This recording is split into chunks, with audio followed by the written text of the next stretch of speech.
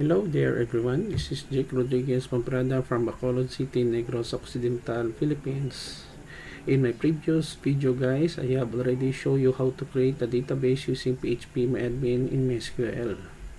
In this tutorial video, we will learn how to create a table and insert a sample record in the table that will be stored in our database. Before we continue, if you like this video tutorial, please hit the like button, leave a comment in the comment section of this video tutorial, and subscribe to my channel for more upcoming video tutorial. So let's get started. We are already here in our PHPMyAdmin. In the previous video, we have already the payroll.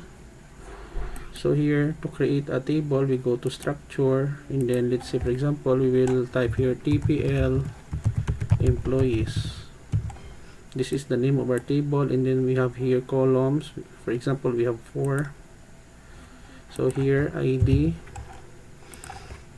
length is 10, auto increment, name, varchar we have 100, position we can have 100, and then we have here department varchar 100. By doing so, we have here the name of the column of the field, and then the data type, and then the size. In creating a primary key, do not forget it is always to have integer data type and then auto increment to add the ID number automatically when we insert new record. And then after that, we go to save button to save the table structure. So we have here the ID, name, position, department where the employee belong.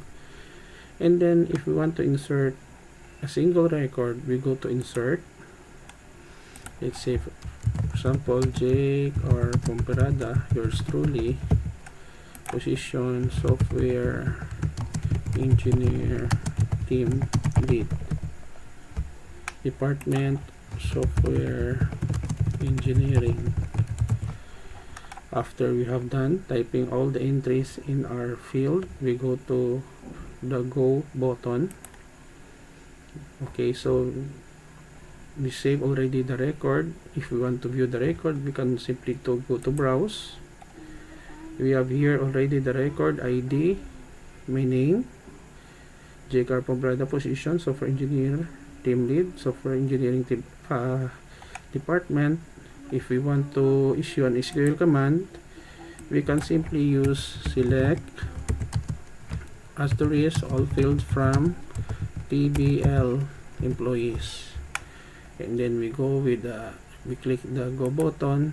It will display the result in our query. This is the end of our tutorial video. As you can see guys, it is very easy to create a table and then table structure and insert new record in our MySQL database using PHPMyAdmin. Before we end, if you like this video tutorial, please hit the like button, leave a comment in the comment section of this video tutorial, and subscribe to my channel for more upcoming video tutorial. This is Jake Rodriguez Pamprada from Bacolod City, Negros Occidental Philippines. Until to the next video tutorial, bye bye for now.